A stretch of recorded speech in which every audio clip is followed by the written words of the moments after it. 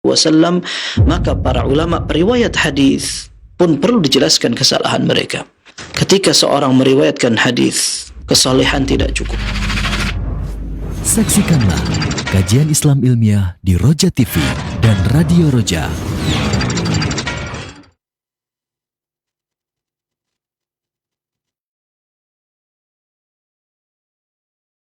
Bismillahirrahmanirrahim. Assalamualaikum warahmatullahi wabarakatuh. Ikhwatul Islam, azani Allahu wa iyyakum. Alhamdulillahi rabbil alamin, hamdan katsiran thayyiban mubarakan fi kama yuhibbu rabbuna wa yarda, wassalatu wassalamu ala asrafil mursalin wa ala alihi wa ashabihi ajma'in wa man tabi'ahum bi ihsanin ila yaumil qiyamah, amma ba'du. Ikhwatul Islam, azani Allahu wa iyyakum, para pendengar, pemerhati Roja dan sahabat Roja semuanya, di malam hari ini, malam yang tentunya kita bersyukur kepada Allah Subhanahu wa taala atas limpahan nikmat dan karunia yang telah Allah berikan kepada kita dari pagi hingga menjelang malam hari ini, dan kita meminta kepada Allah Subhanahu wa taala semoga Allah memberikan kembali keberkahan dan karunia-Nya kepada kita semuanya hingga menjelang esok pagi insyaallah. Ikhwatul Islam, azani Allah wa iyyakum, selain kita bersyukur dengan karunia dan keberkahan yang Allah berikan kepada kita, kita diberikan juga kesempatan untuk bisa kembali menyimak satu kajian yang bermanfaat. Inilah satu kajian yang membahas kitab Sahih Al-Jami' Shaghir, yang insya Allah akan disampaikan kembali dan dipaparkan bersama guru kita Al-Ustadz Al-Fadil Dr. M.H. Hasan Ayatullah M.A. Hafidhullahu Ta'ala. Ikhwatul Islam, azani Allah wa iyyakum, sebelum kita simak kajian yang akan disampaikan oleh beliau, kami informasikan kepada Anda semuanya, setelah kajian disampaikan oleh beliau, kami membuka kesempatan kepada Anda semuanya untuk bertanya, bersoal jawab tentang pertanyaan-pertanyaan yang masih mengganjal pada diri Anda semuanya, ataupun dalam rangka untuk memperdalam materi yang telah disampaikan oleh beliau. Untuk itu, ikhwatul Islam, azani Allah wa iyyakum, antum bisa tanyakan melalui line telepon di 0218236543 melalui telepon lokal, ataupun Anda dapat bertanya WhatsApp WA di 0218236543. Nah, kita akan simak bersama, dan kepada Ustadz kami persilakan, falyatafadhal maskuran.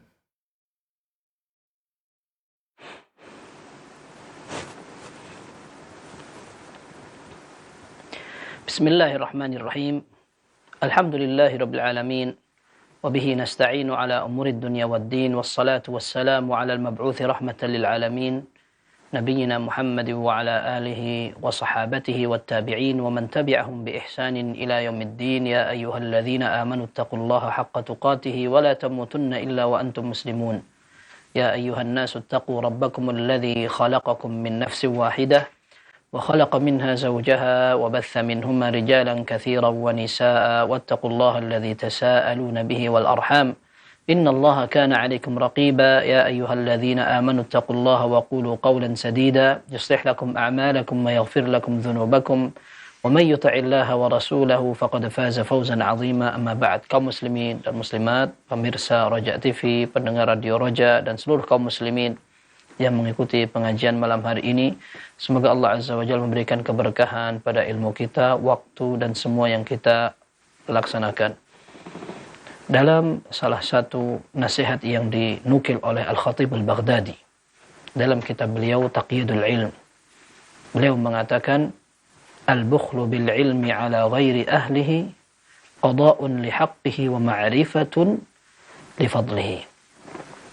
Sungguh sifat pelit dengan ilmu kepada orang yang tidak pantas untuk menerimanya merupakan sikap yang tepat dalam mengagungkan sebuah ilmu. Ketika ada orang yang tidak pantas menerima, dia acuh atau tidak memiliki kesiapan, baik iman, ketakwaan, atau tidak tertarik, maka ketika seorang alim bisa menjaga agar ilmu ini tidak murah, diberikan begitu saja, orang padahal tidak suka dipaksakan, maka ini merupakan bentuk kemuliaan, pengagungan, penghormatan kepada ilmu. Maka Al-Khatib Al-Baghdadi juga menukil perkataan sebagian ulama, inna min haqqil ilmi i'zazuhu, di antara hak ilmu yang harus kita tunaikan adalah kita memuliakannya dengan cara untuk tidak memberikan kepada yang tidak pantas. Maka para ulama ketika mereka ingin meminjamkan buku sekalipun, mereka memperhatikan siapa yang akan meminjam buku itu. Apakah dia pantas untuk dipinjami buku itu, sehingga buku yang kita pinjamkan tidak disia-siakan, tidak ditelantarkan. Maka Al-Khatib Al-Baghdadi lagi-lagi menukil perkataan sebagian ulama, la tu'ir kitabaka hatta takuna ala yaqin annahu sahibu ilmin wa din.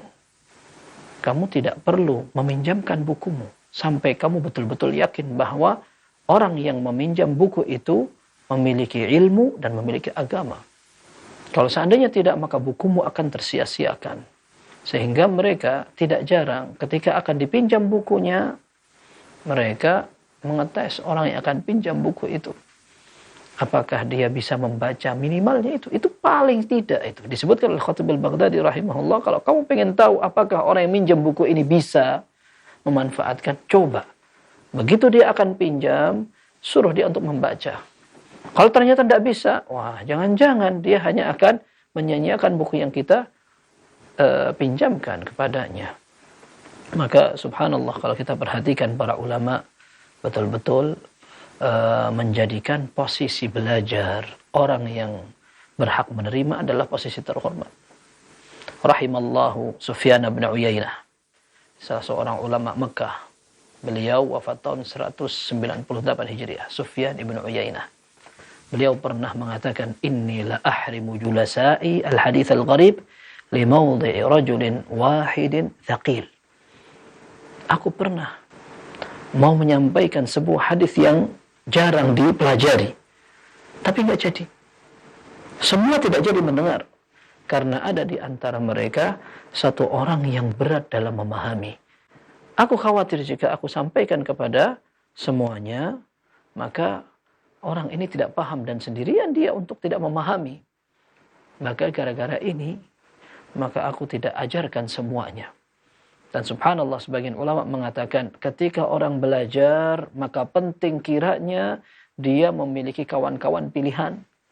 Kalau seandainya kawan yang dia memiliki keterbatasan berfikir saja merugikan, hampir dipelajari ini hadis yang gharib ini, tapi rupanya nggak jadi gara-gara satu orang seperti itu. Lalu bagaimana seandainya seorang belajar, kawannya bukan hanya tidak bisa mengimbangi dia, bahkan menghalangi dia untuk mendapatkan ilmu yang bermanfaat.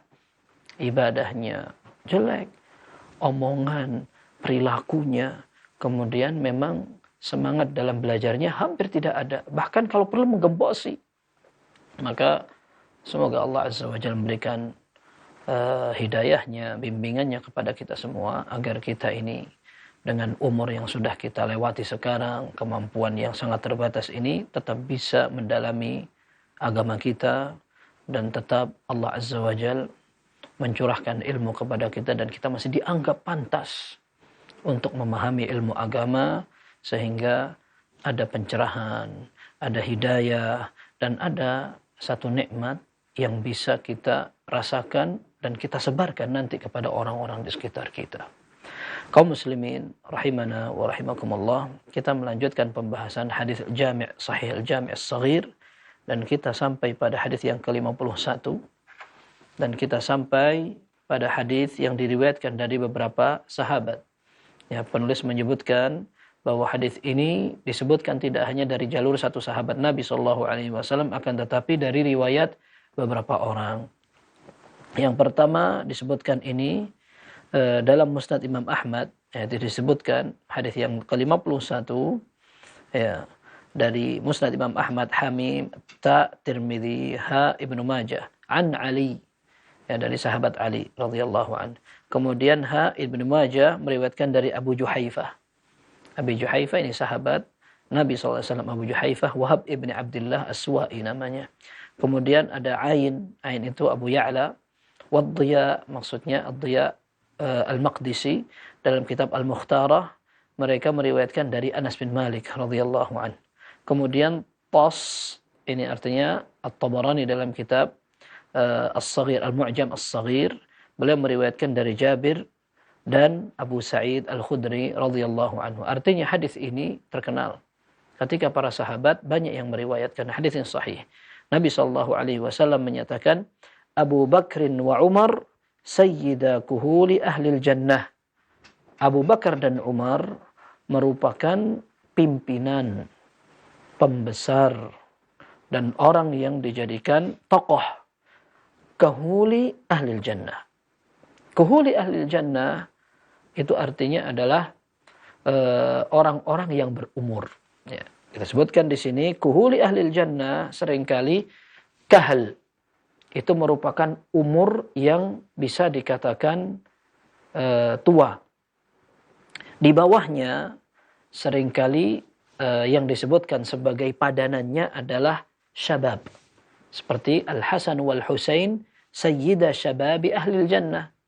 Al-Hasan dan Husain radhiyallahu anhuma merupakan pimpinan dari para anak muda di surga. Nah, sementara di sini disebutkan Abu Bakrin wa Umar sayyida kuhuli ahlil jannah. Dua orang ini, Abu Bakar dan Umar, merupakan pimpinan orang-orang yang umurnya sudah tua di surga. Minal awwalina wal akhirin. Untuk semua orang yang masuk surga, dari sejak diciptakannya manusia sampai nanti akan diciptakannya oleh Allah Azza wa Jalla, kemudian mereka masuk surga, maka yang menjadi pimpinan orang-orang yang seumuran adalah Abu Bakar dan Umar. Illan nabiyyina wal mursalin, kecuali kalau dibanding dengan para nabi dan para rasul, maka Abu Bakar dan Umar bukan pimpinannya. Karena para rasul lebih tinggi dari umat biasa. Baik, hadis ini sahih dan menunjukkan tentang keistimewaan dua sahabat ini. Abu Bakar dan Umar calon penghuni surga, bahkan pimpinan calon penghuni surga. Nanti ketika masuk surga. Dan dalam beberapa riwayat disebutkan Nabi SAW menyampaikan kepada Ali, la tukhbirhuma ya Ali, jangan engkau beritahu mereka. Selama masih hidup, jangan engkau beritahu mereka. Al-Munawi rahimahullah dalam kitab Faidul Qadir mengatakan, artinya agar nanti aku sendiri yang memberitahukan.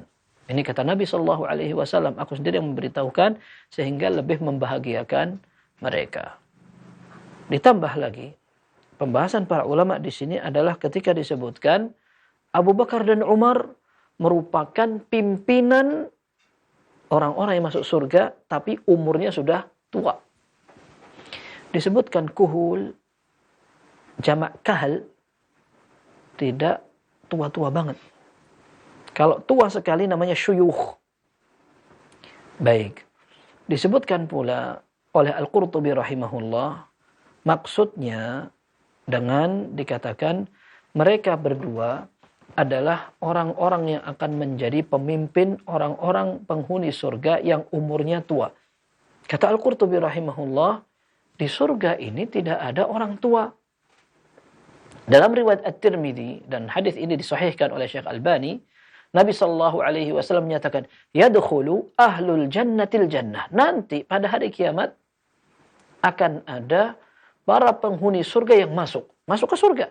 Jurdan, murdan, mukahhalin. Mereka ini masuk masih muda semua. Ya, tidak ada bulu-bulu di badannya seperti orang berumur dan sudah tua, ada jenggotnya begini. Murdan ini tidak ada jenggotnya. Tidak ada jenggotnya. Mereka masuk masih muda sekali. Kemudian bahkan bulu-bulu di badan belum banyak. Mukahhalin, bahkan sampai di tempat sini ini juga tidak banyak rambutnya. Abna'a thalathin atau thalathin wa thalathin. Bahkan umur mereka kisaran 30 sampai 33. Artinya masih muda sekali. Kira-kira umur kita sekarang lebih tua. Ya. Baik. Abu Bakar dan Umar ketika wafat, usia mereka 63 tahun.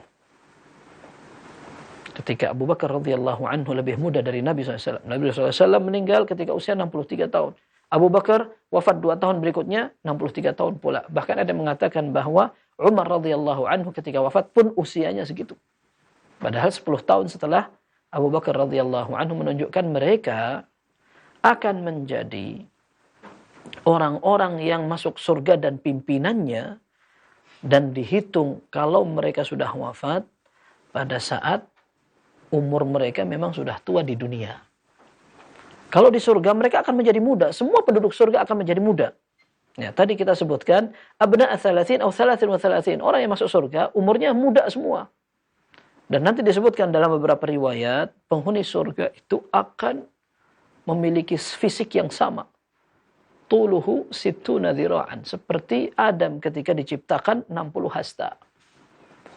Nah, sehingga yang dimaksudkan di sini bahwa Abu Bakar dan Umar adalah pimpinan dari orang-orang tua di surga, ini maksudnya ketika wafat.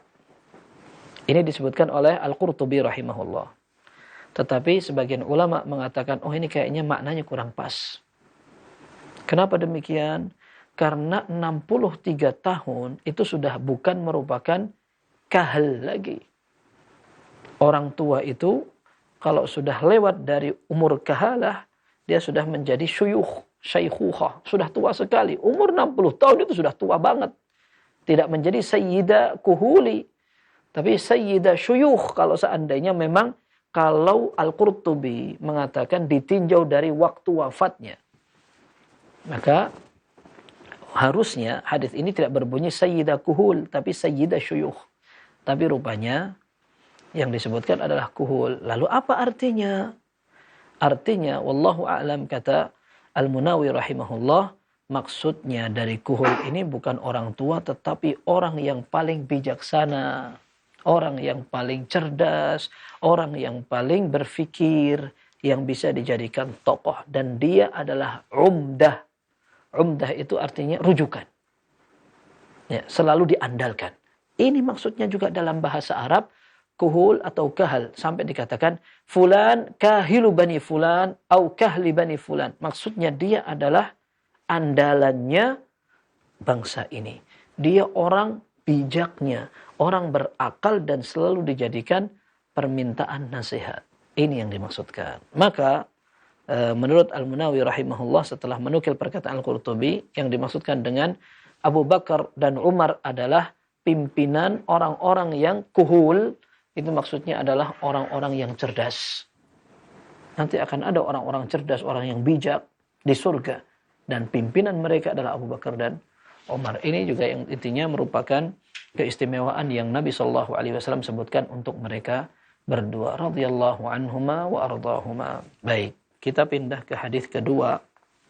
Hadis ke-52. Nabi SAW bersabda, dan ini disebutkan dalam riwayat At-Tabarani dalam Mu'jam Al-Kabir dan juga Al-Hakim dalam kitab Al-Mustadrak dari sahabat Abu Habbah Al-Badri radhiyallahu anhu, Rasulullah sallallahu alaihi wasallam bersabda, Abu Sufyan ibn al-Harith khairu ahli. Abu Sufyan ibn al-Harith khairu ahli. Kalau artinya yang ada di sini, Abu Sufyan ibn al-Harith ini adalah sebaik-baik keluargaku.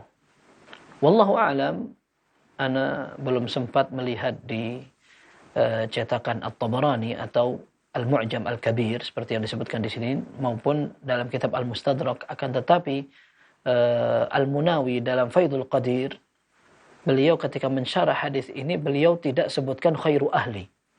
Beliau sebutkan lafaz berbeda yang mengatakan Abu Sufyan ibn al-Harith khairu ahlil jannah.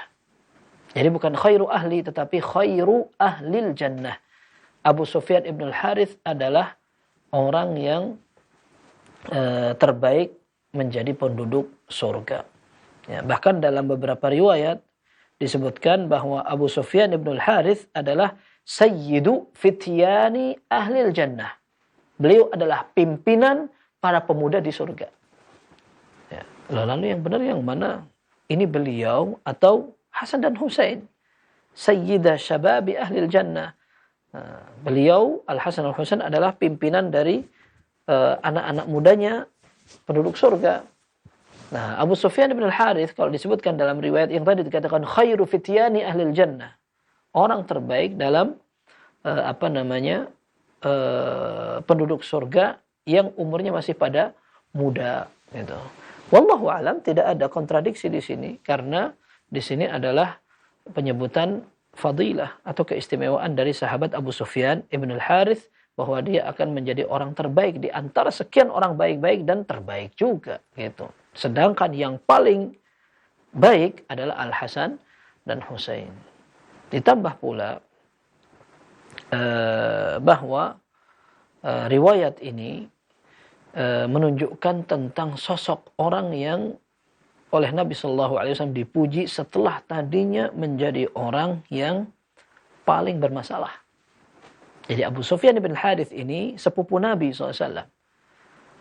Ayah beliau adalah anaknya kakek Rasul SAW, yaitu Abdul Muttalib. Al-Harith wallahu alam ini adalah paman tertua Al-Harith.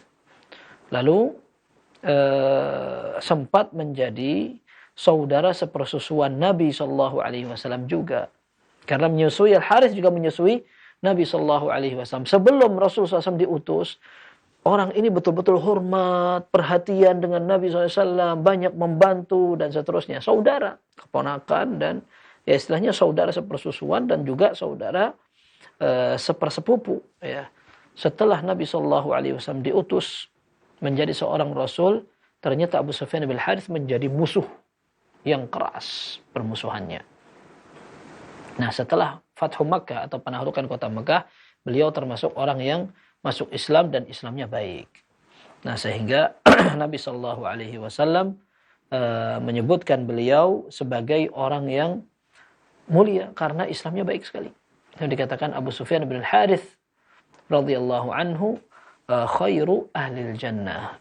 Beliau adalah sebaik-baik penghuni surga. Abu Sufyan namanya Al-Mughirah ibnu Al-Harith, seperti yang tidak disebutkan oleh Al-Munawi rahimahullah dalam biografi beliau. Baik. Kemudian hadis berikutnya, hadis yang ke-53 dan ke-54 menyebutkan tentang keistimewaan penduduk Yaman. Baik. Disebutkan dalam hadis yang atas, ya, disebutkan dari hadis Abu Hurairah radhiyallahu anhu, Nabi sallallahu alaihi wasallam bersabda, "Atakum ahlul Yaman." Lihat, ahlul Yaman atau penduduk Yaman datang kepada kalian. Hum araqqu afidah. Mereka adalah orang yang hatinya lembut, jiwa mereka lembut. Wa alyanu quluba, hati mereka juga lemah lembut, sama. Ini menguatkan. Al-imanu yamanin wal hikmatu yamaniyah. Ya. Iman itu ada di daerah Yaman. Dan hikmah atau ilmu atau semua akhlak dan perangai baik terletak juga pada Yaman, di daerah Yaman. Wal fakhru wal khuyala'u fi ashabil ibil. Sementara sifat sombong ini seringkali dimiliki oleh orang-orang yang mengembala unta. Was-sakinatu wal waqaru fi ahlil ghanam. Sementara sifat tenang, wibawa, tidak tergesa-gesa, ini menjadi ciri khas orang yang menggembalakan kambing. Banyak yang mengatakan bahwa masing-masing hewan itu memberikan watak dan penularan kepada penggembalanya. Ketika unta ini memang tabiatnya pemarah, pendendam, kemudian kuat, nah, maka orang yang merawat otomatis dia akan terbiasa dengan kekuatan, dengan jafa atau kaku dan seterusnya. Sementara orang yang merawat atau menggembala domba, kambing, maka dia tahu bahwa kambing ini merupakan salah satu tipe binatang ternak yang nurut, tenang, maka jumlahnya banyak, akan tetapi ketika mereka dituntun gampang untuk kompak, sikut dan berduyun-duyun. Nah, sehingga orang yang menggembalakan kambing akan sedikit ketularan dengan tabiat itu, artinya tenang, kemudian telaten dan seterusnya. Maka dalam sebuah hadis dikatakan, tidaklah Allah utus seorang nabi kecuali dia adalah ra'il ghanam. Dia adalah seorang penggembala kambing. Seorang sahabat mengatakan, "Ya Rasulullah, antum juga pernah menggembala kambing?" "Iya. Dulu kami menggembala kambing ala qarariti ahli Makkah." Kita mengharapkan duit bayaran itu. Kita ini orang miskin dan kita bekerja itu untuk menjadi penggembala. Begitu. Baik. Dalam hadis yang ini tadi disebutkan tentang fadilah atau keistimewaan maupun ciri khas orang Yaman. Hatinya lembut, lemah. Maksudnya bukan lemah artinya gampang untuk dikalah, tetapi maksudnya adalah orang yang mudah untuk menerima kebenaran. Ini disebutkan oleh Al-Munawi rahimahullah, ini adalah sisi keistimewaannya ketika orang yang hatinya lunak. Kenapa lunak? Hati yang keras, kering, bagaikan bukan akar, bahkan dahan pohon, ini susah sekali untuk dirubah. Keras juga, kaku dia. Untuk dilenggokkan, dibengkokkan, atau dibuat apa susah. Berbeda dengan hati yang memang dia memiliki kelembapan. Sehingga kelunaan itu ada. Nah, Al-Munawi rahimahullah mengatakan, kenapa hatinya bisa menjadi lunak? Lunak karena bisa jadi dia sering disiram dengan cahaya keimanan ya kepada Allah Subhanahu wa taala. Maka hati ini menjadi lemah, lembut, mudah untuk menerima hidayah dan bimbingan dari Allah Subhanahu wa taala. Maka ini yang dimaksudkan dalam hadis fadilah orang-orang Yaman, atakum ahlul yamani hum araqu afidatan wa alyanu quluban. Hati mereka lemah lembut sehingga gampang untuk menerima nasihat. Nah, disebut Faidul Qadir dalam kitab Faidul Qadir oleh Al-Munawi rahimahullah, maksudnya tidak semuanya. Ini adalah sebagian orang. Ini adalah sebagian besar, meskipun yang akhirnya Allah mudahkan mereka untuk menerima hidayah, masuk Islam, dan baik Islamnya, bisa berdakwah juga. Dicontohkan orang-orang Yaman seperti Al-Asy'ariyin. Al-Asy'ariyin, orang-orang dari kabilah Al-Asy'ari. Seperti Abu Musa dan lainnya. Kemudian seperti Himyar. Himyar ini juga sama dari daerah Yaman. Dikatakan daerah Yaman karena dia letaknya di yamin al-qiblah. Dia letaknya di arah kanannya kiblat. Wallahu alam, ini maksudnya adalah untuk orang yang menghadap kemana. Akan tetapi yang jelas Al-Munawi rahimahullah menyebutkan kenapa dikatakan Yaman, karena dia letaknya di arah kanannya Ka'bah.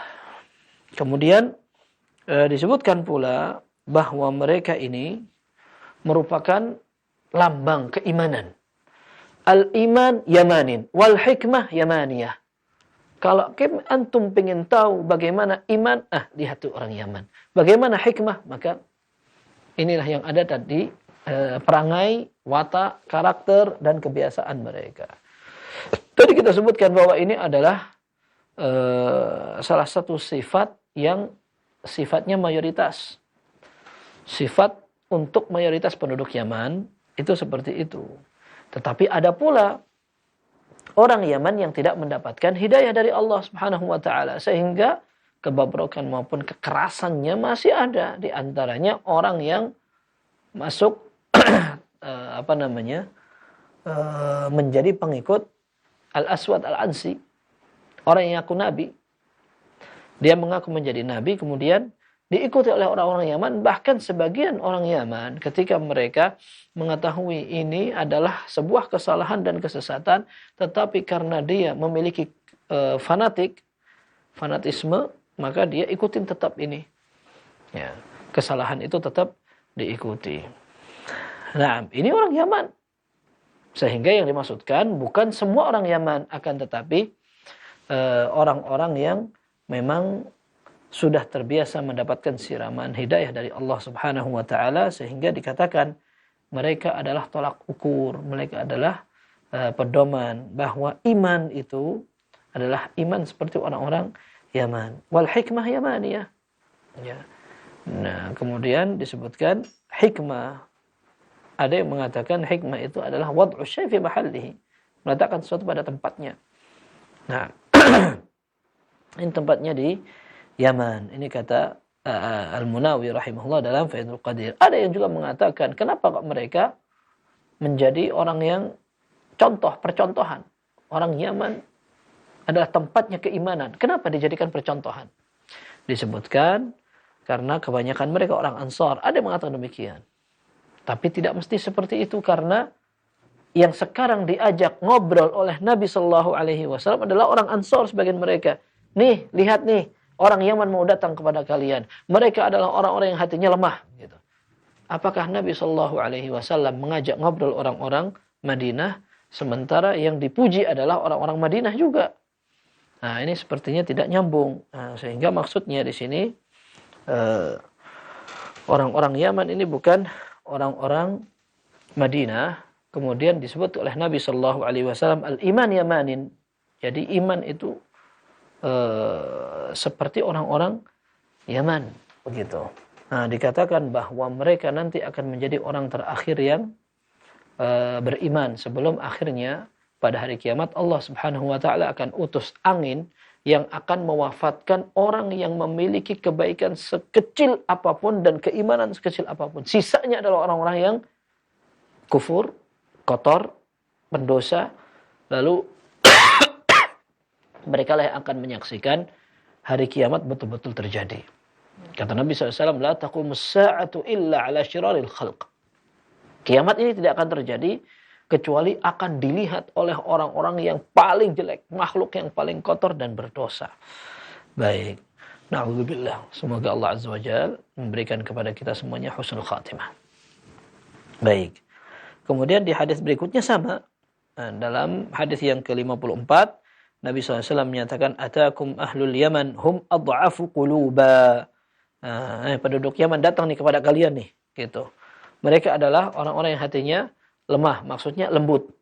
Maksudnya memiliki sifat penyayang, perhatian, dan seterusnya. Dan mudah untuk menerima kebenaran seperti yang disebutkan tadi. Nah, itu paling penting.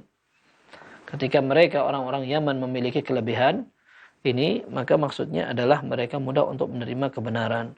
Wa araqqu afidatan, hati mereka juga lembut. Tadi kita sebutkan itu. Afidah jamaknya fuad. Al-Munawi rahimahullah mengatakan bahwa ini adalah tempat yang paling dalam di dalam hati. Sehingga ini merupakan keistimewaan ketika hati yang paling inti itu saja lembut, mudah untuk menerima kebenaran. Wal fiqhu yamanin. Al-fiqhu yamanin itu artinya pelajaran agama ini juga bisa dilihat di sana, begitu. Wal hikmatu yamaniyah. Tadi ini yang seperti yang kita sebutkan. Baik, pindah ke hadis yang ke-55. Dan hadis ini berkaitan dengan bulan Ramadan. Sering kita bahas dan kita dengar tentang kabar gembira yang disampaikan Nabi sallallahu alaihi wasallam tentang bulan Ramadan. Beliau mengatakan, Atakum syahru Ramadan, syahrun mubarak, faradallahu alaikum siyamah. Telah datang kepada kalian bulan Ramadan. Bulan yang mengandung keberkahan, dan Allah Azza wa Jalla jadikan puasanya menjadi wajib dan fardu. Tuftahu fihi abwabul jannati wa tughlaqu fihi abwabul jahim. Pintu surga dibuka semua, pintu neraka ditutup semua. Dan disebutkan oleh para ulama, maksudnya adalah karena banyaknya kesempatan untuk masuk ke dalam surga. Sehingga seolah-olah pintu surga dibuka, orang gampang untuk beramal yang bisa memasukkan ke dalam surga. Ini di bulan Ramadan. Seperti itu. Kemudian disebutkan pula bahwa pintu neraka ditutup. Pintu neraka ditutup maksudnya karena peluang untuk bermaksiat di bulan Ramadan mengecil. Di samping dia berpuasa sehingga lemah, lunglai badannya, tidak sempat untuk berpikir maksiat. Maka seperti ini sebagai salah satu makna kenapa pintu surga dibuka, pintu neraka dibuka. Sekalipun ada juga yang memahami apa adanya bahwa pintu surga betul-betul dibuka, pintu neraka ditutup. Kemudian disebutkan di sini, wa tughallu fihi maradatus syayatin. Setan-setan yang biasa menggoda dibelenggu. Maradatus syayatin artinya pimpinannya. Nah, dibelenggu. Nah, para ulama mengatakan, apakah berarti ketika setan dibelenggu bukan berarti tidak ada lagi maksiat sama sekali? Tidak ada dosa sama sekali? Jawabannya tidak. Tetap dosa ada karena tidak semua dosa itu melalui hasutan setan. Akan tetapi ketika orang sudah terbiasa pula dengan perbuatan dosa, tidak perlu digoda setan, dia sudah memiliki an-nafs al-ammarah bis-su'. Al-ammarah bis-su'. Jadi jiwa dia kotor, nyuruh untuk melakukan kejelekan. Seperti itu. Nah, ini tidak ada setan pun dia tetap jalan di bulan Ramadan. Wal'iyadu billah. Nah. Kemudian disebutkan tughlaqu fihi abwabul jahim wa tughallu fihi maradatus syayatin, pimpinan setan di belenggu. Wa fihi lailatun hiya khairun min alfi syahr. Di dalam bulan itu ada satu malam yang lebih baik dari 1000 bulan. Man hurima khairaha faqad hurim. Orang yang tidak dapat kebaikan dari bulan itu atau Lailatul Qadar, maka dia telah mendapatkan kejelekan yang banyak. Dia tidak dapat kebaikan yang banyak, begitu.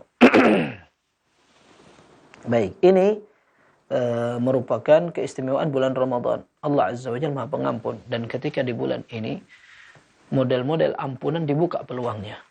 Membaca Al-Quran, mengaji, sholat tahajud, berdoa, istighfar, mengasih makan orang-orang buka puasa, kemudian puasanya itu sendiri, sholat fardunya, dan seterusnya. Ini menunjukkan bahwa pada bulan Ramadan ibadah itu terkondisi. Ya. Ibadah itu agak lebih mudah karena kawan-kawan banyak. Kemudian memang Allah Azza wa Jalla seolah sudah menyiapkan Ramadan ini merupakan momen sakral untuk lebih dekat kepada Allah Subhanahu wa taala. Baik.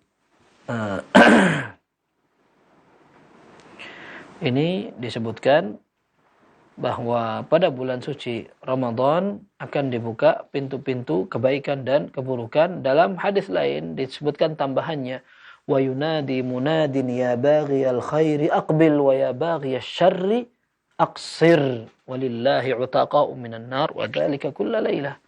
Malaikat ada yang ditulis untuk menyeru. Ya. Lalu mengatakan kepada orang-orang yang ingin melakukan kebaikan pada bulan Ramadan, dikatakan, aqbil, ayo cepat lakukan. Ini sambut sekarang, ada kesempatan, jangan disia-siakan. Ini adalah seruan malaikat yang ada di hati kaum beriman yang menghendaki kebaikan. Wa ya baghiyasy syarri aqsir, orang-orang yang ingin melakukan maksiat. Sekarang tahan dulu nih. Ini bukan waktunya. Ini adalah bulan suci Ramadan. Nah.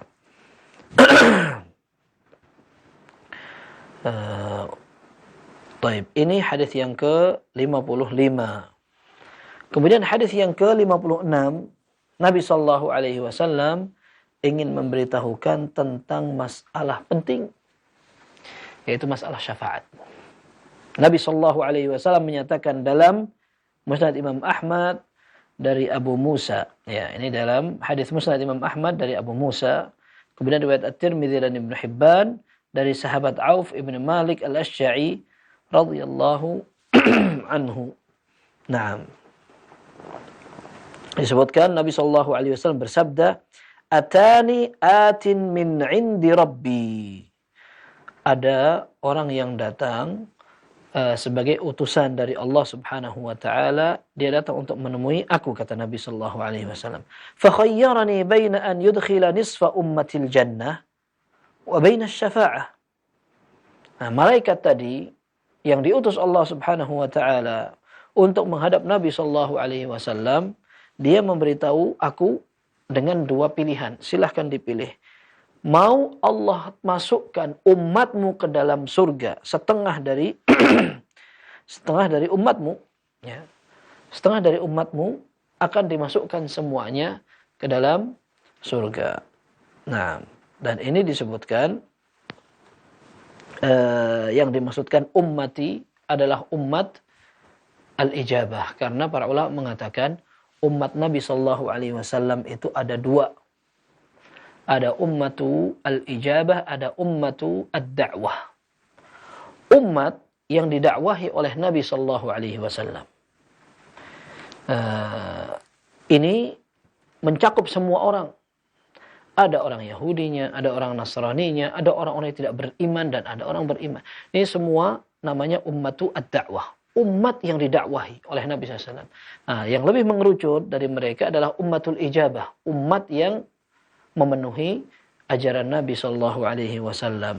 Nah, inilah yang dijanjikan bahwa mereka akan dijadikan sebagai setengah dari penduduk surga. Nabi Sallallahu Alaihi Wasallam mendengar tawaran itu. Disuruh milih antara Allah Subhanahu Wa Taala memasukkan setengah dari umat Rasul Sallallahu Alaihi Wasallam ke dalam surga, atau beliau lebih memilih untuk diberi kesempatan memberikan syafaat. Maka disebutkan fakhtartus syafa'ah, aku pun lebih memilih untuk diberikan syafaat oleh Allah. Kenapa kok memilih syafaat daripada beliau memilih setengah umatnya akan masuk surga?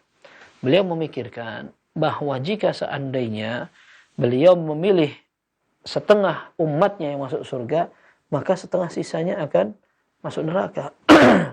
Maka beliau lebih memilih syafaat agar kemampuan yang Allah berikan itu lebih maksimal untuk menolong umat-umatnya. Nah, ini merupakan pembahasan orang yang akan mendapatkan syafaat. Syafaat itu juga artinya adalah genap. Kalau dalam bahasa Arab, syafa' itu artinya diddul witir. Dia bukan jumlah bilangan ganjil, akan tetapi jumlah bilangan yang genap. Artinya ketika seseorang tidak mampu untuk menghadapi perhitungan Allah Subhanahu wa taala, maka dibantu oleh orang lain. Ya, dibantu dengan syafaat. Ini namanya kata-kata syafaat. Ya, jadi syafaat itu artinya seorang memberikan penguatan kepada orang yang dibantu. Ini namanya syafaat. Baik. Di dunia, apakah ada namanya syafaat? Ada. Justru sampai sekarang pun kata-kata syafaat ini merupakan istilah yang sering digunakan untuk rekomendasi. Rekom nggak nih, rekom? Iya, benar. Nah, ini akhirnya menggunakan kata-kata syafaat. Orang ini direkomendasikan oleh fulan. Nah, yang merekomendasikan itu seolah-olah memberikan syafaat, memberikan bantuan, memberikan pengertian, sosialisasi tentang orang itu. Siapa yang melakukan? Orang lain. Agar orang lain lebih tertarik kepada orang tadi. Seperti itu. Ini namanya syafaat. Para ulama mengatakan, boleh seorang makhluk minta agar dibantu oleh makhluk juga. Dikasih syafaat. Dikasih syafaat, tapi mintanya ke makhluk juga. Para ulama mengatakan, boleh. Kalau hanya sekedar minta didoakan. Ya, jadi orang yang akan memberikan syafaat dalam urusan dunia, pertama dia harus hidup, yang kedua dia harus hadir. Hadir itu artinya ada orangnya di sekitar kita, bukan jauh, tempat yang jauh. Ya Allah, dia berdoa, saya ingin agar anak saya lulus. Lalu dia berdoa kepada orang agar orang itu bisa memberikan syafaat. Orangnya di mana? Tidak di kampung itu, di tempat yang jauh. Lalu dia bagaimana menghubungi orang yang jauh itu? Bagaimana dia akan bisa memberikan syafaat atau pertolongan kepada orang ini sementara dia sendiri jauh gitu. Nah, sehingga disebutkan oleh para ulama, syafaat itu boleh dilakukan dari seorang hamba kepada hamba lainnya, makhluk ke makhluk lainnya. Ya, boleh, akan tetapi syaratnya, ketentuannya adalah orang yang dimintai itu mampu. Kemudian yang kedua, orang itu tidak jauh-jauh banget. Mau dimintai rekomendasi kok malah dianya di tempat yang jauh, di kota yang jauh gitu. Kemudian dia mampu itu. Mampu untuk memberikan rekomendasi karena dia dikenal dan karena dia punya posisi. Nah, seperti itu dia mampu. Nah, kemudian yang keempat adalah orang yang minta pertolongan dan syafaat dalam masalah dunia. Dia meyakini bahwa urusan ini adalah urusan yang bisa selesai dengan izin Allah. Sementara orang ini hanya menjadi perantara. Nah, ini namanya syafaat, masalah urusan keduniaan yang diminta kepada selain Allah dan dibolehkan. Boleh kita minta syafaat atau minta pertolongan agar diarahkan, dibantu untuk ketemu siapa gitu. Nah, itu tapi catatannya yang tadi itu. Yang pertama, orangnya tadi masih hidup, yang kita minta tolong untuk menyampaikan itu. Yang kedua, orang tadi hadir, bukan jauh. Yang ketiga, dia mampu untuk memberikan pertolongan. Yang keempat, dia yakini bahwa minta syafaat yang seperti ini hanya sebagai wasilah dan perantara. Sementara yang memberikan hasil akhir adalah Allah Subhanahu wa ta'ala. Baik, Syafa'ah ada macam-macam yang para ulama sebutkan. Di antaranya ada syafaat yang khusus Nabi sallallahu alaihi wasallam.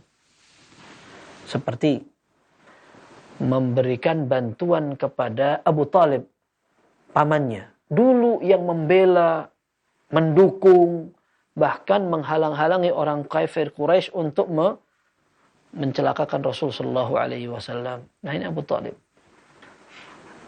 Pamannya. Sayangnya beliau tidak beriman. Beliau tidak beriman. Lalu para sahabat bertanya, Inna Aba Talibin kana yunafihuk. Pamanmu ini dulu membantumu banyak. Fahal tanfa'uhu syai'an. Apakah kamu bisa memberikan manfaat untuk pamanmu? Qala na'am la'allahu yukhaffafu anhu. La'allahu yukhaffafu anhu fayuj'alu fi dahdahin min nar yaghli minhuma dimauhu. Kama qala sallallahu. Iya. Aku bantu sehingga dia hanya diletakkan di tempat paling dangkalnya neraka. Yablughu ka'baihi yaghli minhuma dimauhu. Jadi hukuman yang diberikan kepada Abu Talib di neraka adalah dia diberikan alas kaki dari neraka, tempat yang paling dangkal di neraka, tapi meskipun tempat di neraka itu paling dangkal dan yang dibakar adalah telapak kakinya, tapi sampai ubun-ubun pun dia terbakar. Na'udzubillah. Kata Nabi SAW, laula ana lakana fid darkil asfali minan nar. Kalau bukan karena bantuanku dengan izin Allah, maka dia sudah masuk neraka dalam kerak yang paling bawah. Ini kata Nabi SAW tentang pamannya Abu Talib. Nah,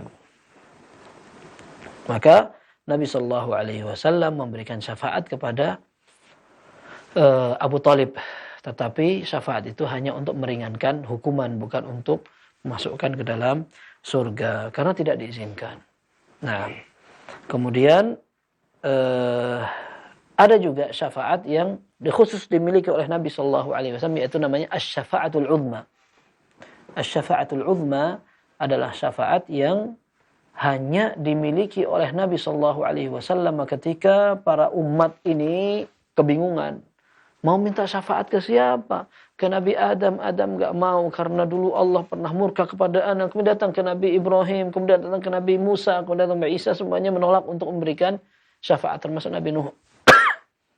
Sampai akhirnya Rasulullah SAW didatangi oleh semua umat. Lalu beliau mengatakan, ana laha. Iya, nanti aku yang akan memberikan syafaat. Sampai Rasulullah SAW datang menghadap Allah. Kemudian bersimpuh, bersujud, bertasbih.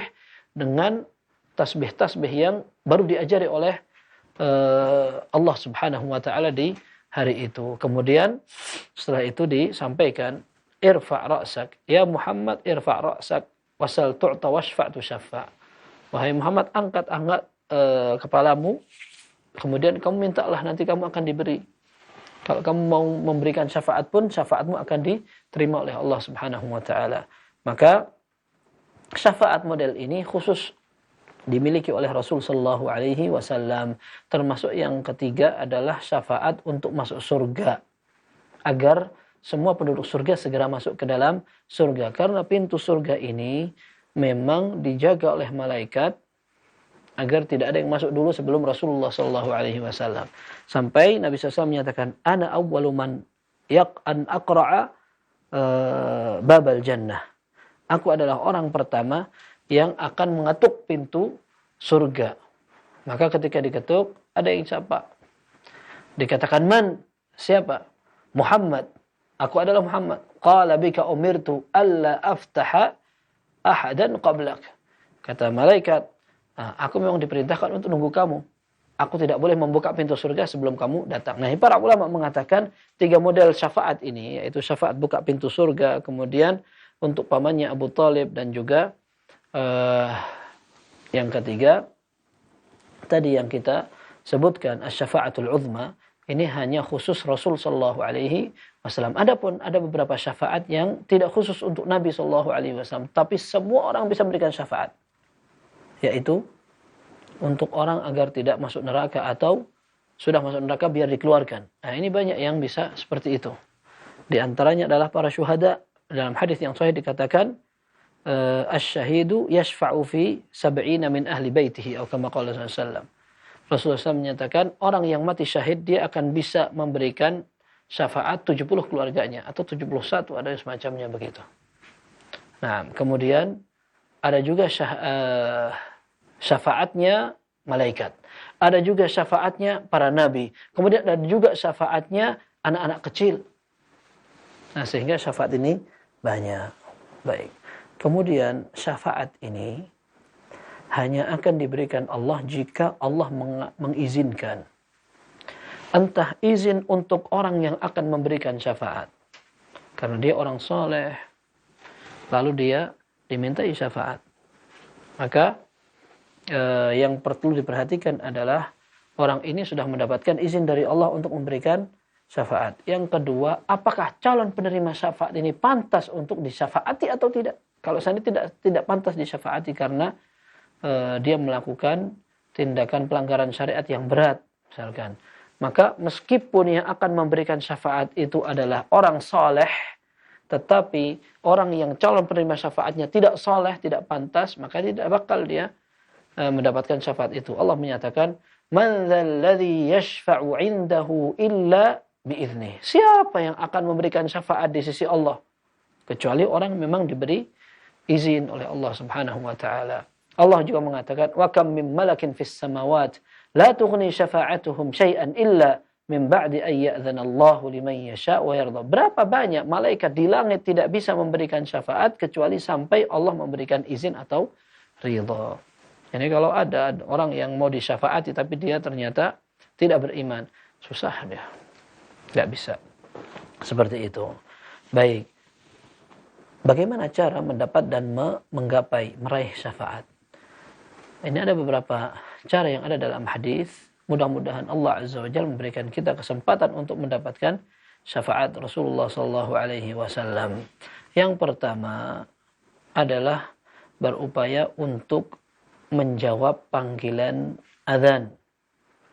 Ya, Nabi sallallahu alaihi wasallam menyatakan, "Man sami'a an-nida thumma qala ثم قال اللهم رب هذه الدعوة التامة والصلاة القائمة آت محمدا الوسيلة والفضيلة وابعث مقاما محمودا الذي وعدته." Barang siapa yang membaca doa ini, Allahumma rabb hadhihi ad-da'wati at-tammah, sampai rampung setelah dia mendengarkan azan, maka kata Nabi SAW dalam Sahih Bukhari, halat lahu syafa'ati yaumal qiyamah, dia akan mendapatkan syafaatku pada hari kiamat. Baik. Yang kedua, orang yang akan mendapat syafaat adalah orang yang bertauhid, tidak menyekutukan Allah, tidak syirik. Di antara dalilnya adalah dalam Sahih Bukhari, Abu Hurairah radhiyallahu anhu bertanya, "Ya Rasulullah, man as'adun nasi bi syafa'atika yaumal qiyamah?" Siapa orang yang paling berbahagia dengan syafaatmu pada hari kiamat?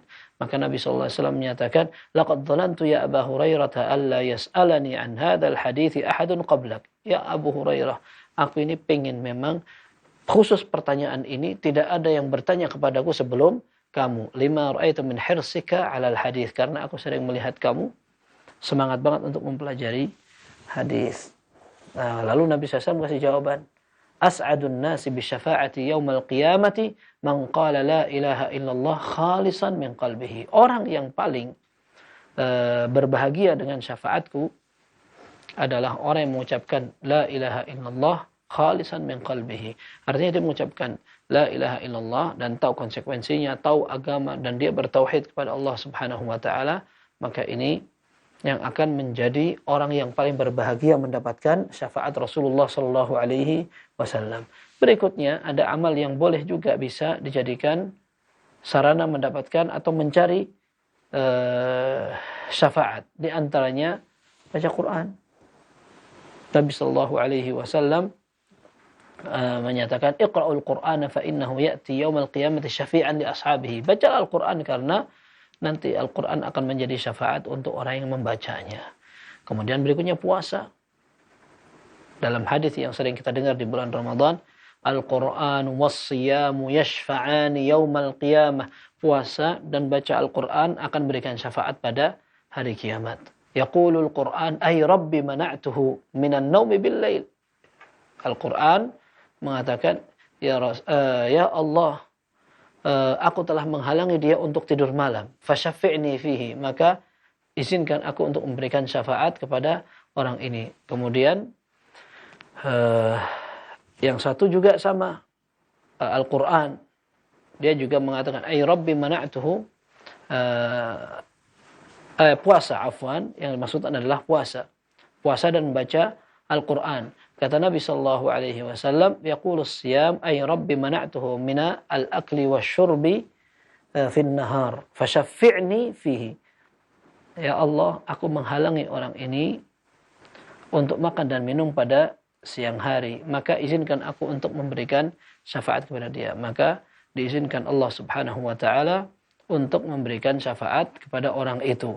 Berarti ada salat, ada baca Quran, kemudian ada puasa, kemudian ada tauhid, kemudian ada membaca doa setelah azan. Ini semua merupakan cara-cara agar seorang dimudahkan untuk mendapatkan syafaat dari Rasul sallallahu alaihi wasallam. Semoga Allah azza wa jalla memberikan kita kemudahan untuk mengikuti agama ini, mengikuti sunnah ini, tetap istiqamah sampai cita-cita kita sukses akhirat, betul-betul Allah azza wa jalla berikan kemudahan.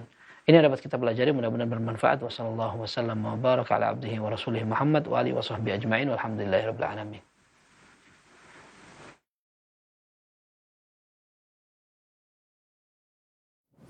Nah Ustaz, jazakumullah khairan barakallahu fikum atas materi yang sampaikan saat di kesempatan malam hari ini. Dan ikhwatal Islam azani Allahu wa yakum, kami buka sesi yang terakhir saja bagi Anda semua yang bertanya bisa menghubungi kami langsung di 0218236543 ataupun Anda dapat bertanya melalui chat WA di 0218236543. Baik Ustaz, kita akan angkat pertanyaan pertama Ustaz dari pesan singkatnya sudah masuk Ustaz. Ustaz mohon dijelaskan, apakah syafaat ini hanya berlaku atau diberikan hanya kepada Nabi Muhammad SAW saja?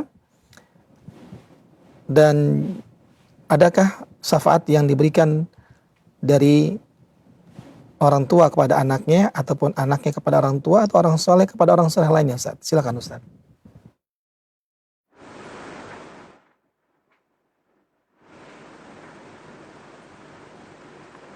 Baik.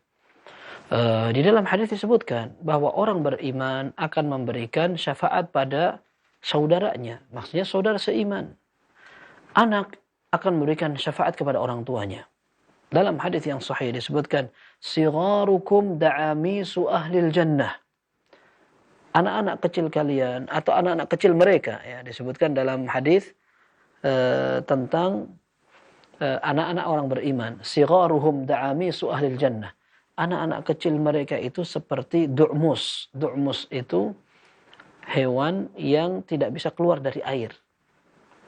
Hewan yang tidak bisa keluar dari air itu kalau keluar mati. Nah, ini diistilahkan, dikiasankan, anak kecil itu sudah masuk surga mereka.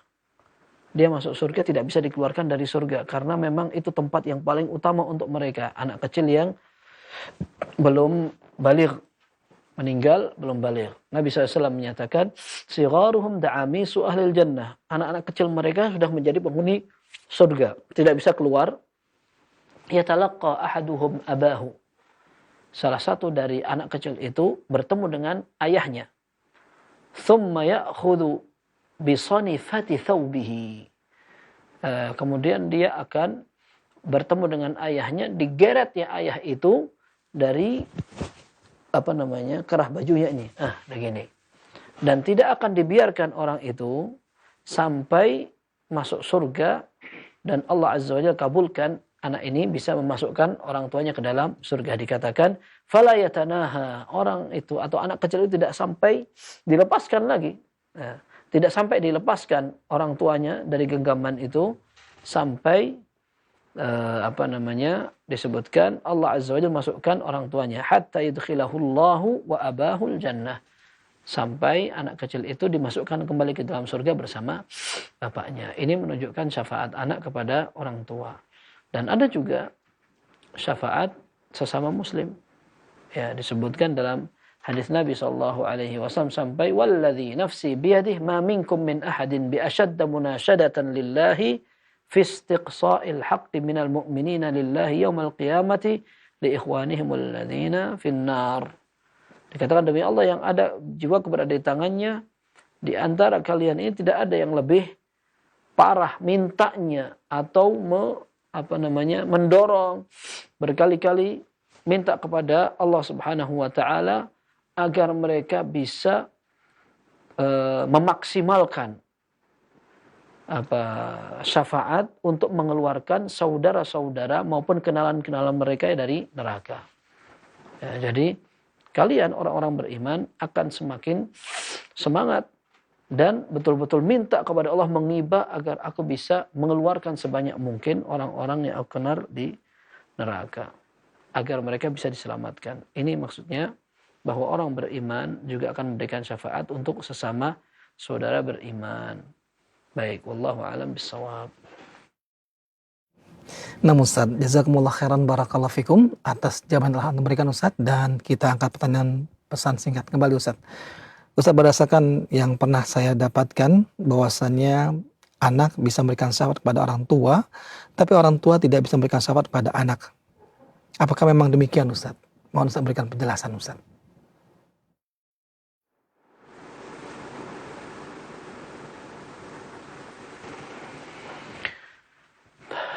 Ana tidak tahu apakah orang tua tidak bisa memberikan syafaat kepada anak. Bahkan di dalam perkataan Ibnu Abbas radhiyallahu anhuma dalam tafsir surat Al-Hadid, walladzina amanu wattaba'athum dzurriyyatuhum biimanin alhaqna bihim dzurriyyatahum.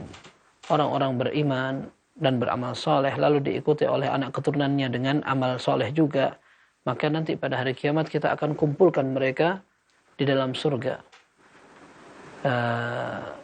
Disebutkan dalam sebuah hadis bahwa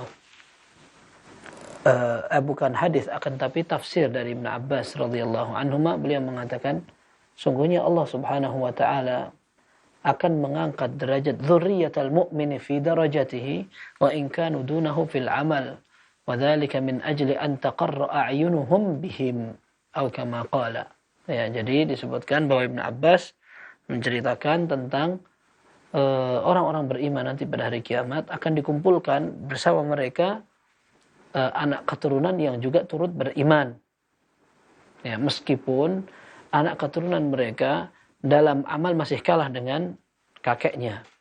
Kakeknya orang ahli amal. Kemudian anak keturunannya masih soleh, tetapi tidak sampai seperti level ayah atau kakeknya dalam beramal.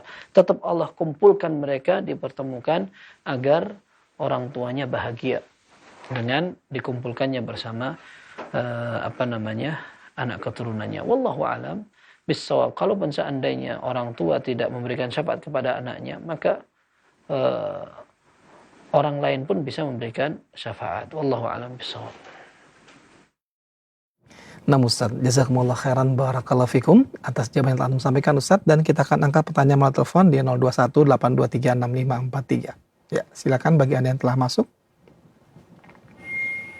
Baik. Kita tunggu kembali. Khotbah Islam azani Allah wa iyyakum. Kami berikan kesempatan Anda pada sesi interaktif soal jawab. Bagi Anda yang ingin bertanya bisa menghubungi kami di 0218236543. Ataupun Anda bisa kirimkan pertanyaan mencet WA di 0218236543. Ustadz, ada pertanyaan dari pesan singkat kembali Ustadz. Assalamualaikum warahmatullahi wabarakatuh. Ustadz, apakah seorang guru bisa memberikan syafaat kepada muridnya? Syukran Ustadz. Silakan Ustadz.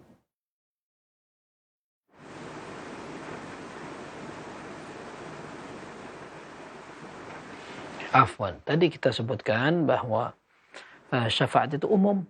Ya, ada syafaat yang memang sifatnya umum dari orang beriman kepada saudaranya. Sehingga kalau kita mau spesifikasi lebih detail, kita butuh dalil. Ya, seorang guru kepada muridnya, murid kepada gurunya, kemudian orang tua kepada anak, anak kepada gurunya, kemudian kakak kepada adiknya, adik kepada kakaknya, anak kepada paman-paman dari keponakan atau kepada keponakannya. Nah ini wallahu alam membutuhkan dalil, akan tapi secara umum syafaat-syafaat ini akan dibagi oleh Allah Subhanahu wa taala kepada orang beriman agar mereka mampu untuk memberikan syafaat kepada orang beriman juga. Seperti itu. Wallahu a'lam bishawab.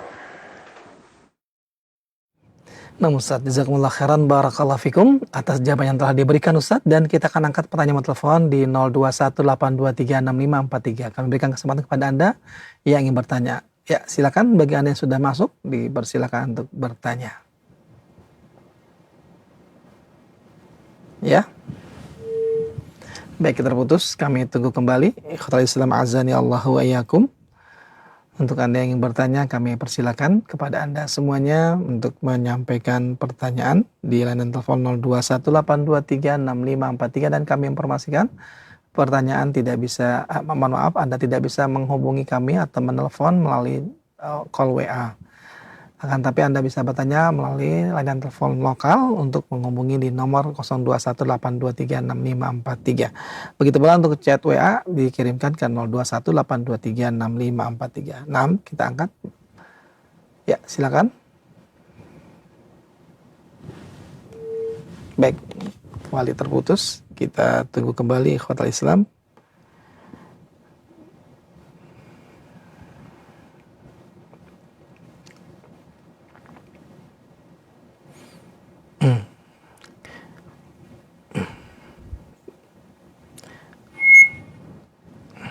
Baik. Mohon maaf, kembali terputus. Kita angkat kembali pertanyaan dari ini Ustaz, dari pesan singkat yang sudah masuk Ustaz. Assalamualaikum warahmatullahi wabarakatuh Ustaz. Apakah anak-anak yang kelak memberikan syafaat itu adalah anak-anak yang ketika mereka meninggal dalam usia belum balik atau dalam kandungan, ataukah bisa anak-anak yang keguguran yang memberikan syafaat? Apakah anak-anak yang meninggal atau yang dalam keguguran, ya meninggal dalam kandungan atau keguguran, apakah juga mereka bisa memberikan syafaat kepada orang tuanya Ustaz? Syukran Ustaz. Silakan Ustaz.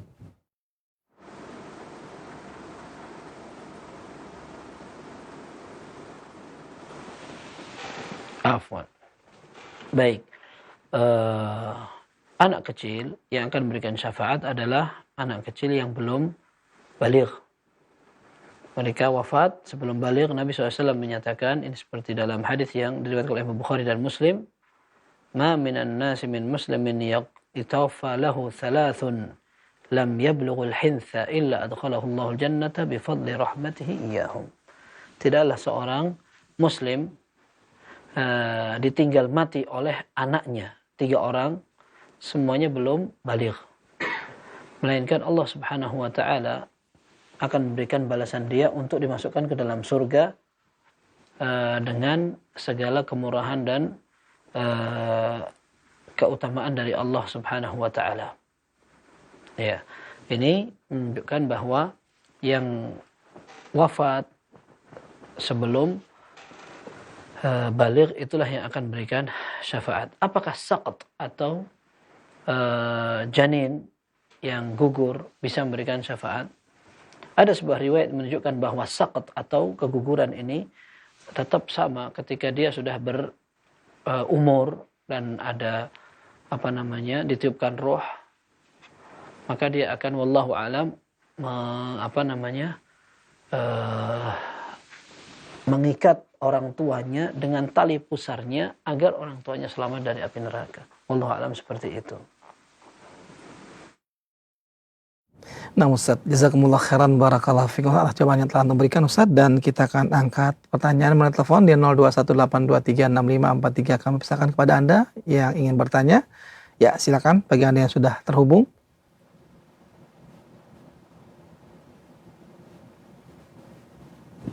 Ya, silakan. Baik. Ya, silakan. Assalamualaikum Ustaz. Waalaikumsalam warahmatullahi wabarakatuh. Dengan siapa Bapak dan berada di mana? Dengan dari Pak Master di Depok. Pak Masdar di Depok. Silakan Pak Masdar. Pertanyaannya? Ustaz, itu orang tua saya di bawah saya adik-adik lah gitu. Jadi meninggal kembar 2 dalam usia di bawah 1 tahun, Ustaz, sekitar berapa bulan gitu, 6 bulan apa. Itu dapat memberikan syafaat pada orang tua, Ustaz ya. Nah kemudian yang kedua itu saya punya anak perempuan 3, kemudian saya nikahkan, insya Allah dapatkan jodoh yang soleh Ustaz. Itu apakah juga bagi saya orang tuanya yang menikahkan dapatkan syafaat juga, Ustaz? Sekian, Ustaz. Barakallahu fikum. Assalamualaikum warahmatullahi wabarakatuh. Baik, waalaikumsalam warahmatullahi wabarakatuh. Dan kepada Ustaz kami silakan untuk menjawab. Silakan Ustaz.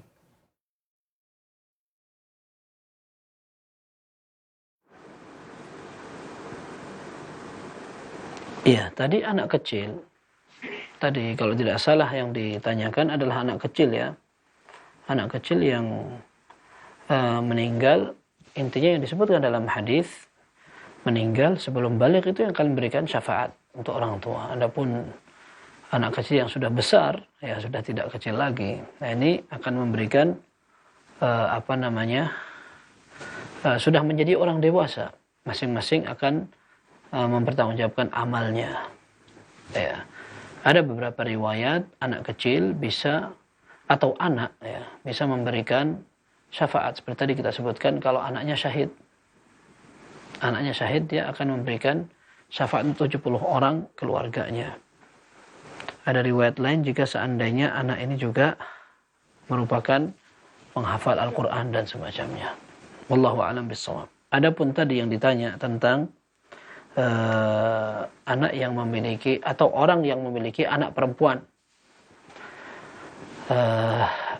mereka akan menjadi sebab dilindunginya seseorang dari api neraka. Ya. Dalam hadis disebutkan, "Man kana lahu thalathu banatin." Barang siapa yang memiliki 3 anak perempuan, fasabara alaihinna wa at'amahunna, dia sabar dalam mendidik mereka, dikasih makan, wasaqahunna wa kasahunna, kemudian dikasih minum, dikasih pakaian, kemudian disebutkan juga dia ini memberikan perhatian semuanya, ya. Kunna lahu hijaban minan nari yaumal qiyamah. Maka mereka akan menjadi penyelamat dari api neraka pada hari kiamat. Ini disebutkan dalam riwayat Ibnu Majah dengan sanad yang sahih. Wallahu a'lam.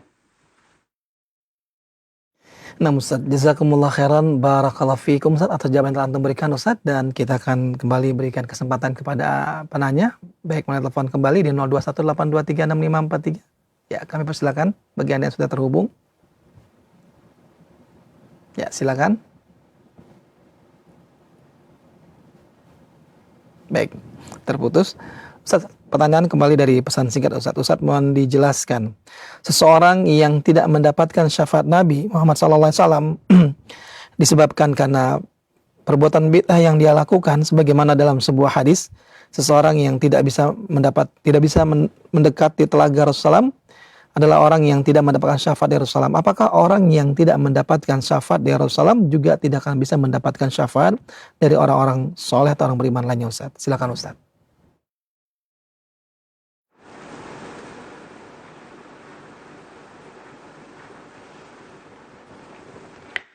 Iya. Perbuatan bid'ah ini merupakan tindakan berbahaya.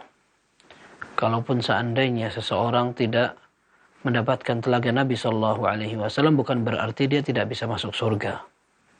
Para ulama mengatakan dia tetap masih ada peluang untuk masuk surga. Ya, hanya dia rugi ketika tidak dapat kesempatan yang mestinya dia bisa dapatkan. Innaka la tadri madza ahdatsu ba'dak. Kata Nabi SAW ketika beliau mengatakan ummati ummati, ini umatku umatku. Tapi ternyata mereka yuzadun, mereka dihalau, tidak bisa mendekati telaga. Ketika ditanya apa sebabnya, Maka Nabi SAW menyebutkan, innaka la tadri madza ahdatsu ba'dak. Ya, kamu Muhammad tidak tahu. Ini Nabi SAW menceritakan nanti pada hari kiamat beliau akan diberitahu bahwa umat ini mengadakan perubahan di dalam agama. Kalau tidak salah Al-Hafidz Ibnu Hajar menyebutkan berarti seberapa besar perubahan yang dilakukan itu yang akan membuat dia terhalau dari haud atau telaga Rasul sallallahu alaihi wasallam. Kalau seandainya yang dilakukan perubahannya adalah perubahan dasar alias murtad, otomatis sudah selesai dia. Ya, tapi kalau seandainya dia merubah tidak sampai murtad, maka seberapa besar kadar perubahan yang dia timbulkan, maka sekadar itu pula dia akan semakin jauh dari haud atau telaga Nabi sallallahu alaihi wasallam. Kalau seandainya syafaat Rasul sallallahu alaihi wasallam enggak dapat, apakah kemudian dari yang lain dapat? Wallahu a'lam bissawab, kita tidak tahu dan tidak bisa memastikan. Yang jelas yang ada dalil itu yang bisa kita berikan jawaban. Wallahu a'lam bissawab. Nah Ustaz, jazakumullah khairan barakallahu fikum atas jawaban yang antum sampaikan Ustaz, dan kita akan angkat satu pertanyaan terakhir di kesempatan malam hari ini. Kami berikan kesempatan pada Anda yang bertanya lewat telepon. Dan juga Anda sudah terhubung, dipersilakan. Ya, silakan. Ya, silakan. Bapak Ibu silakan, sudah terhubung. Baik. Kita putus. Ya, Khotul Islam azani Allah wa iyyakum, kita akan angkat pertanyaan melalui pesan singkat kembali Ustaz. Ustaz mohon dijelaskan, dalam sebuah kajian pernah disampaikan oleh salah satu seorang ustadz yang mengatakan bahwasannya ketika ditanya seseorang yang amalannya ketika ditimbang baik dan buruknya seimbang, yaitu setara, maka dia berada di satu tempat yang berada di antara surga dan neraka. Sehingga kemudian Allah memperlihatkan kepadanya ketika mereka melihat ke neraka, mereka pun merasakan ketakutan dan berharap tidak dimasukkan neraka. Dan ketika mereka melihat penghuni surga, mereka pun berharap untuk segera dimasukkan ke dalam surga. Pertanyaan Ustaz, apakah tempat itu berada di antara surga dan neraka? Di mana tempatnya? Di mana tempat tersebut Ustaz? Dan apakah orang tersebut nanti akan masuk ke dalam salah satu, apakah masuk dalam neraka ataukah masuk ke dalam surga Ustaz? Mohon Ustaz berikan penjelasannya Ustaz. Silakan Ustaz.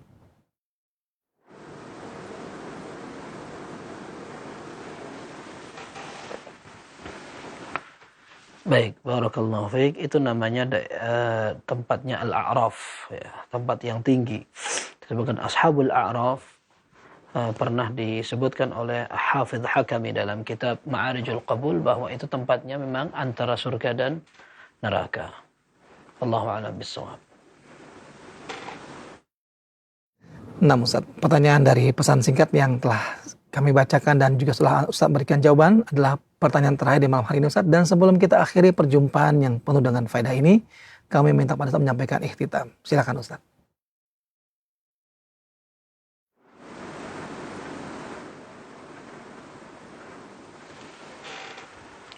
Baik, ikhwas sekalian, ketika kita melihat peluang, orang sudah belajar, kemudian sudah beramal, ternyata dalam sisi pembahasan para ulama seperti syafaat.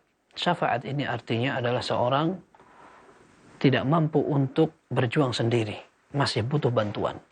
Tadi kita sebutkan, syafaat artinya genap. Orang ketika beramal sendiri tidak cukup, maka perlu digenapkan dengan bantuan orang.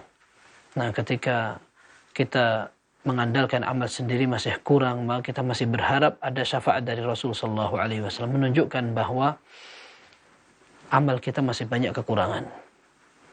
Maka kita perlu banyak mengkaji dan mempelajari bagaimana ibadahnya para ulama. Ketika mereka belajar, ketika mereka diberi kecerdasan, kemudian mereka memberi manfaat kepada kaum muslimin, rupanya mereka juga masih membutuhkan bantuan doa, dan juga syafaat dari Nabi Sallallahu Alaihi Wasallam. Lalu bagaimana kita yang amal kita serba kurang, sehingga kita ingin agar syafaat dari Nabi Sallallahu Alaihi Wasallam dapat kita raih dengan cara yang benar. Dan semoga Allah Azza wa Jalla termasuk menjadikan kita orang-orang yang mendapatkan izin dan ridha untuk mendapatkan syafaat itu. Wallahu a'lam bis-shawab. Wa sallallahu wa sallam wa baraka ala abdihi wa rasulihi nabiyina Muhammad wa ala alihi wa sahbihi ajma'in. Subhanakallahumma wa bihamdik asyhadu an la ilaha illa anta astaghfiruka wa atubu ilaik. Walhamdulillahi rabbil alamin. Nah Ustaz, jazakumullah khairan barakallahu fikum atas ikhtitam yang telah antum sampaikan Ustaz, dan materi yang telah antum sampaikan di kesempatan malam hari ini. Atas jawaban-jawaban yang telah antum berikan untuk kita semuanya. Kami ucapkan jazakumullah khairan barakallahu fikum atas waktu yang antum telah berikan. Semoga Allah Subhanahu wa taala senantiasa menjaga antum dan keluarga, dan juga semoga Allah Subhanahu wa taala senantiasa memberikan keluasan ilmu buat antum sehingga semakin banyak faedah ilmu yang dapat kita ambil dan setiap perjumpaan bersama antum, insyaallah. Allahumma amin. Jazakumullah khairan barakallahu fikum Ustaz. Dan juga untuk rekan-rekan kami yang berada di Cilengsi serta di Studio Jember, kami sampaikan terima kasih banyak atas kerjasamanya. Dengan pertolongan dari Allah Subhanahu wa taala, kita bisa menghadirkan kajian ini di tengah-tengah keluarga kaum muslimin di malam hari ini.